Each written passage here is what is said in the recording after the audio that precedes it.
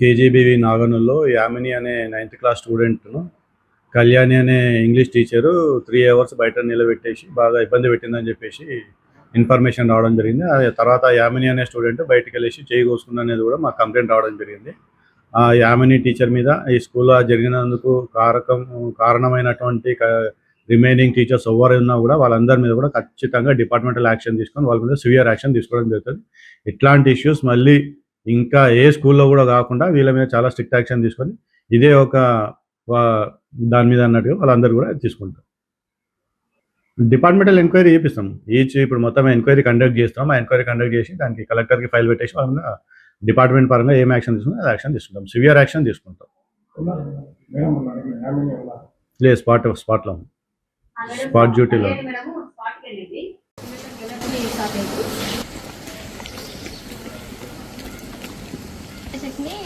పప్పు చింతపండు ఎంత వేసారు? పప్పు ఎంత వేసారు? 179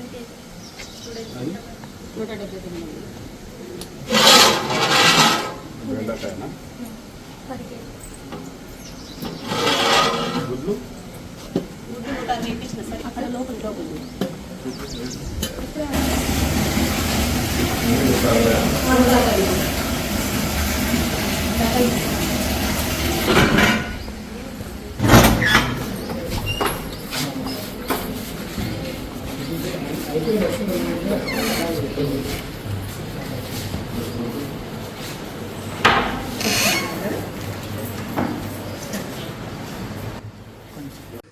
మాది అంతారం సార్, పాడూరు మండలం. అమ్మాయిని ఇక్కడ చేర్పించినాం మేము. పెద్ద అమ్మాయి 2 సంవత్సరాలు, ఈ అమ్మాయి ఈసారి వచ్చింది. పెద్ద అమ్మాయిని టార్చర్ చేసినప్పటి నుంచి మేము అడగలేదు. ఆ అమ్మాయిని ఉండలేదు మేడమే కదా మస్తు ఉంటాయి అని చెప్పి ఊకున్నాం. ఈ అమ్మాయిని గినంగా మొన్న పెద్ద అమ్మాయి 10th అయిపోయింది, తోలుకోవడానికి వస్తే ఆ అమ్మాయితోనే లొల్లు పెట్టుకొని పైసల విషయం ఆ అమ్మాయికి అప్పుడు వచ్చిన వల్ల కొద్దిగా హెల్త్ బాగాలేదని చెప్పి డబ్బులు ఇచ్చిపోయేది. ఆ మేడం దగ్గర పెట్టుకొని తర్వాత డబ్బులు ఇవ్వకుండా బట్టలు తెచ్చిచ్చింది. ఆ అమ్మాయికి బట్టలు తెచ్చిచ్చిన తర్వాత మిగతా డబ్బులు ఇవ్వని నన్ను అడిగింది తోలుకోవడానికి వచ్చిన రోజు.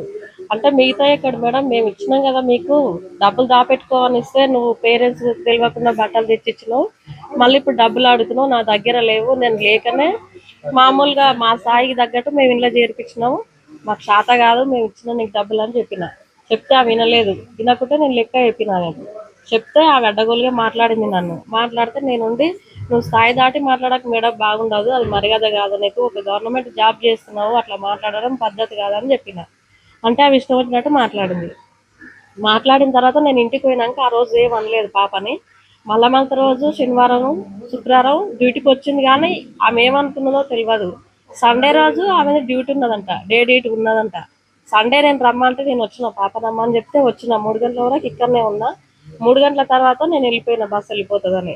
పోయినాక నైట్ పూట తిననీకే స్టడీ అవర్ పోయినప్పుడు తిననీకే కొద్దిగా లేట్ అయిపోయిందో మరి తినడానికి ఎట్లా పోయిందో తెలియదు. నాగినంగా లేట్ అయిందని చెప్పేసి 3 గంటల సేపు పాపను అక్కడ నిలబెట్టింది.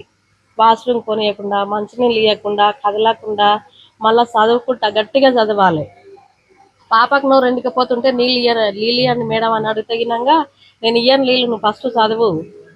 వాష్రూమ్ కొత్త మేడం అంటే గినంగా నేను ఓనియను, నువ్వు ఫస్ట్ చదివిన తర్వాత నీకు పనిష్మెంట్ ఇదే, నేను అంటే ఏందో నీకు తెలియాలి, పిడుగు పడితే ఎట్లుంటుందో జీవితంలో నీకు అట్లా కావాలి, నేను చూపిస్తా ఇప్పుడు అని ఆమె ఇట్లా ఇంటికి గినంగా వీకలేవని చెప్పేసి ఇట్లా చూపించడము, ఫోటోలు తీయడము, టాపులా తీసి వేరే వాళ్ళకు పెట్టడము, ఆ పిల్లని వీడియో కాల్ చేసి వేరే వాళ్ళకి చూపించడము, ఇవన్నీ జరిగినాయి. ఆ పోరి భయపడి అవి ఏమేమన్నదో ఇంకా చెప్తలేదు భయపడి. అంటే మార్కులలో మీరు ఏమన్నా మీ వాళ్ళకి చెప్తే మార్కులలో కట్ చేస్తాం అనేది భయపట్టించింది ఆమె. ఆ పెద్ద ఆమెను అట్లా చేసింది, ఈమెను ఇట్లా చేసింది. ఆ పాప ఆమెతో తట్టుకోలేక వంట రూమ్లో చాకుంట తీసుకొని మొత్తం చేతి మొత్తం కోసుకున్నది. మాకు అట్లాగినంగా తెలియదు. ఎస్ఓ మేడం వచ్చినాక మధ్యాహ్నం తర్వాత పిల్లలందరినీ పిలిచి అడిగిన తర్వాత ఆ మేడాన్ని అడిగితే ఆమె ఏం చెప్పలేదంట. ఆ మేడానికి చెప్పకపోతే మాకు ఫోన్ చేసింది.